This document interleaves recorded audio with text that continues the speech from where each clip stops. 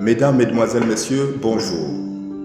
Bienvenue à une nouvelle émission sur le frère Zach et sur son ministère. Qui est le professeur Zachariah Tane Fomo? Qui dit-on qu'il est en réalité? Chers téléspectateurs, nous allons cette semaine écouter la sœur Angéline Bakam, une de nos missionnaires au Sénégal. Comment elle a rencontré le frère Zach et qui est le frère Zach selon Angéline Bakam. Que l'Éternel vous bénisse abondamment pendant que vous suivez. Je suis la sœur Angéline Nicole Bakam, l'une des missionnaires numéro 2 basée à Dakar au Sénégal. Qui était le frère Zach pour moi? À cette question, je réponds que le frère Zach pour moi était un homme rempli de la vie de Dieu, un homme rempli de vérité, un homme rempli de sagesse. En fait, je l'ai rencontré pour la première fois à travers le traité Trop tard. J'ai donné ma vie au Seigneur en octobre 1993. Un camarade de classe était venu me prêcher l'évangile et il était parti. Je ne m'étais pas engagée au Seigneur, mais en partant, il m'avait laissé le traité Trop tard. Quand il est parti, 3 jours après, j'étais seule dans ma chambre. Et je me suis retrouvée comme s'il y avait quelqu'un devant moi qui me prêchait l'évangile. Il me posait des questions et je répondais dans mon cœur. C'était juste dans mon cœur. Bref, je suis arrivée à la conviction de ce que j'étais perdue et que j'avais besoin d'un sauveur. Mais je ne savais pas comment prier. Quand je voulais déjà dire à ce Seigneur que je suis désolée, je n'avais pas les paroles, je n'avais pas de mots. Parce que avant ça, j'étais protestante et toutes les prières que je connaissais, c'était Notre Père qui est au ciel et la foi chrétienne. Et face à la conviction de ce que j'étais perdue, je savais que ce n'était pas ces prières-là que je devais dire au Seigneur. Donc, je suis repartie prendre le traité Trop tard qu'il m'avait laissé. J'ai lu. Et à la fin du traité, le frère Zach expliquait, donc, il disait comment quelqu'un qui veut donner sa vie à Jésus peut prier. C'est à travers cette prière, quand je me suis mise à genoux, c'est cette prière-là que j'ai dite au Seigneur pour lui donner ma vie. J'étais seule. Et quand j'ai fini de me repentir, de donner ma vie au Seigneur ce jour-là, le Seigneur avait rempli mon cœur et ma vie. Et j'avais soif de Dieu. En fait, j'avais dit au Seigneur que s'il veut que je change vraiment, ou bien si je dois être vraiment sauvé, il fallait qu'il me transforme pour que je ne commette plus de péché, parce que je ne voulais pas aller en enfer. Ou bien, s'il ne veut pas changer ma vie, qu'il me pardonne juste et qu'il enlève ma vie. J'étais prête à mourir, pourvu qu'il me pardonne. Donc, quand j'ai fini de me repentir et de donner ma vie au Seigneur Jésus, je voulais tellement lire la Bible, je voulais connaître la volonté de Dieu, ce que Dieu voulait que je fasse pour faire et ce qu'il ne voulait pas que je fasse pour éviter. J'ai juste commencé à fouiller notre maison. Je cherchais là où je pouvais me trouver, ne serait-ce qu'un papier qui parle de Dieu, avec les versets bibliques à l'intérieur, parce que je n'avais pas de Bible, je n'avais rien. Mais par la grâce de Dieu, j'ai retrouvé un petit livret, l'Évangile selon Saint Luc. Je suis rentrée à l'intérieur de ma chambre. Pour moi, c'était comme un trésor. J'ai lu cela. Et c'est comme si mon âme était étanchée. Mais dans mon désir vraiment de satisfaire le cœur du Seigneur, je voulais retrouver les gens qui ont connu l'expérience que j'avais connue. Dans ma tête, je me disais que les protestants, là, ils avaient cru et tout ça. J'étais partie voir le pasteur pour lui expliquer mon expérience. Curieusement, le pasteur ne comprenait pas de quoi je parlais. Je suis rentrée dans la chorale à l'église protestante.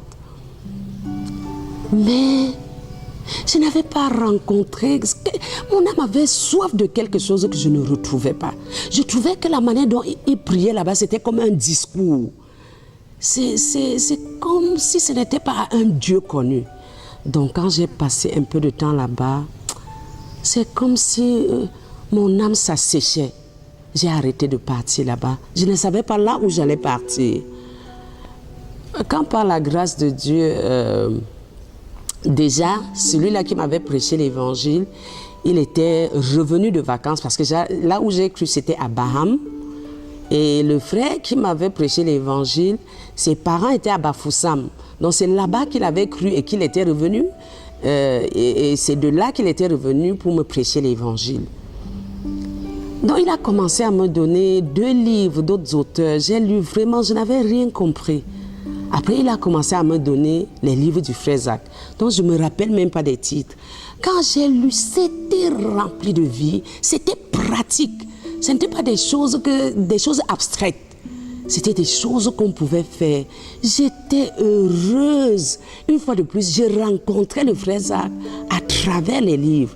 Et je me demandais où est-ce qu'un jour je peux rencontrer cet homme pratiquement qui peut dire autant de vérité au sujet de ce Jésus qui m'avait comblé. Parce que quand j'ai cru, j'avais soif de Jésus. Quand je marchais même en route, j'entendais une radio publique parler de Jésus. Je m'arrêtais pour écouter ce qu'ils sont en train de dire de mon Seigneur. Donc quand j'ai lu les livres du frère Zach qui parlait de cette manière de Jésus, mon âme était saisie et j'avais envie de le rencontrer même physiquement. Mais déjà au travers des livres, quand je lisais, j'étais remplie de vie. Mon âme, je touchais Dieu. Donc, plus tard, comme il n'y avait pas d'assemblée CMCI à Baham, là où j'avais cru, et celui qui m'avait prêché l'évangile pour la première fois, quand il est donc revenu pour m'inviter, pour la première fois à la CMCI à Bafoussam, quoique j'étais remplie de suspicion, j'étais quand même partie ayant supplié le Seigneur de me faire sortir de là si c'était une secte. Parce que j'avais une peur bleue des sectes. Quand je suis partie pour la première fois, malgré le fait que je suspectais tout, j'étais captivée par la manière dont les gens priaient. Ces gens-là s'adressaient à un Dieu connu. Et quelque chose à l'intérieur de moi disait, oui, amen. Ils connaissent quelque chose du témoin, de ce que toi tu as vécu. C'est comme ça que j'ai retrouvé les frères à la CMCI à Bafoussam. Et je suis restée par conviction. Personne ne m'a suivi. Je savais que c'est là où il fallait que je sois. Et dans ma soif de rencontrer le frère Zach, la première fois que je l'ai rencontré, c'était à Bafoussam. Évidemment, je voyais celui que j'avais déjà rencontré à travers les livres, physiquement. Et mon âme, j'étais juste, je ne sais pas comment exprimer la bénédiction que je ressentais, mais j'étais tellement heureuse. Plus tard, en 98, parce que j'ai cru en octobre 93, quand, après le mariage, mon mari et moi, nous nous sommes rendus à Yaoundé, nous étions au centre de Colbisson. Là-bas, vraiment, la présence du frère Zach n'était pas tellement ressentie. On partait bien sûr aux enseignements de mardi, mais ce n'était pas suffisant. J'aimais déjà tellement ça, mais pour moi, c'était comme insuffisant. Par la grâce de Dieu, on a rencontré une sœur là-bas, la sœur Gisèle Atouba, qui était au centre de Colbisson avec nous. Et elle partait déjà aux réunions de prière avec le frère Zach. Donc c'est elle qui nous a incités à commencer à partir aux nuits de prière. Nous sommes partis et elle nous a mis en contact avec maman Céline Bidja. C'est comme ça qu'on a commencé donc à aller aux nuits de prière de la conquête du monde à Etouguébé. Par la grâce de Dieu, on n'a même pas mis long à Colbisson. Dieu nous avait bénis donc avec une maison d'habitation à Etouguébé où nous sommes partis nous installer. Vraiment, aller là où le frère Zach enseignait, où il priait, pour moi, c'était aller à la source où je rencontrais la vie. Donc, on a commencé à aller régulièrement aux nuits de prière avec maman Céline qui nous aidait. Quand c'était dur, c'est elle qui était derrière pour dire non, non, non, non, non. Venez aux nuits de prière. C'était difficile de s'absenter, même si on se sentait très fatigué. Elle était à nos trousses. Donc, aux nuits de prière, quand le frère Zach, j'étais heureuse parce qu'il parlait de la conquête du monde, d'aller gagner des nations pour Jésus et beaucoup de choses.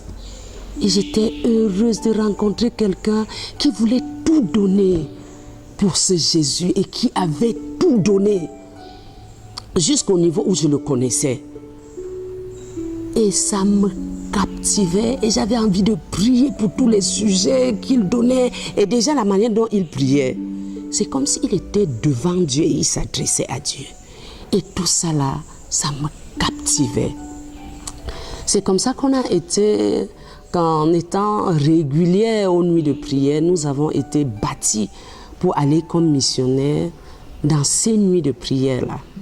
Quand j'allais à ces nuits de prière là, j'étais juste une personne qui poursuivait une soif intérieure. Je n'avais aucune ambition. Beaucoup de choses qu'on partageait, ça me saisissait juste parce que ça rencontrait quelque chose, une soif dans mon cœur, mais je n'avais aucune ambition. Aucune. J'avais juste envie d'être là où la vie était distillée. Donc non seulement aux nuits de prière, parfois on finissait la nuit de prière à 5h30, le frère Zach dit 9h.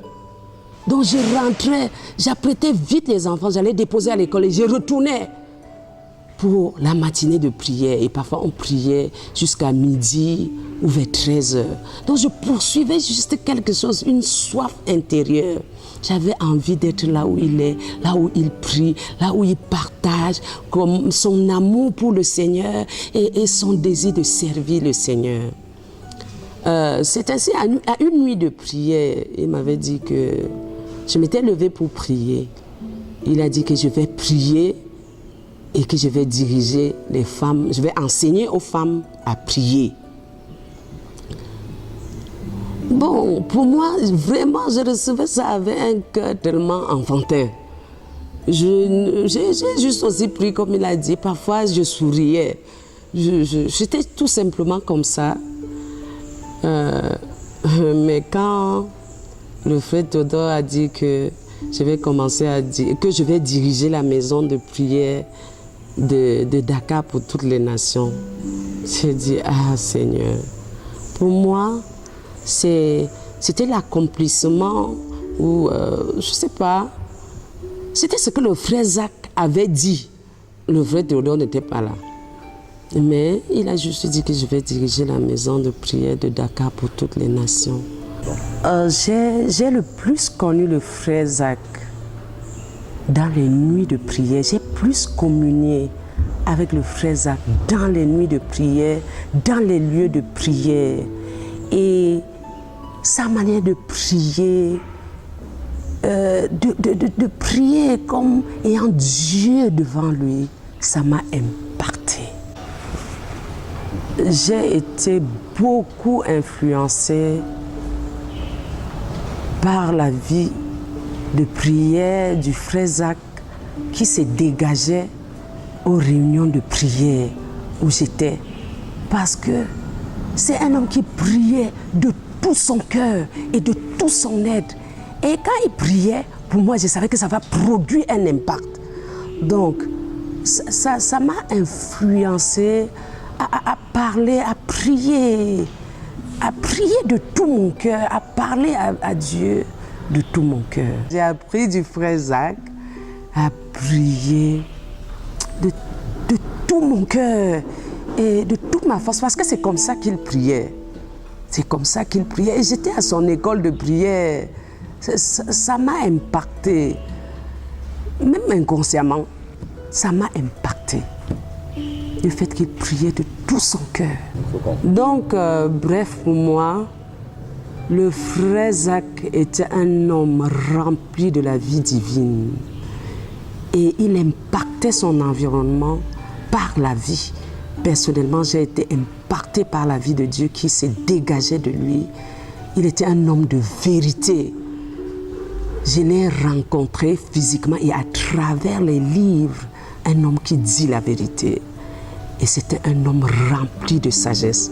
Quand je voyais comment il résolvait certains problèmes aux nuits de prière, j'étais juste émerveillée, époustouflée.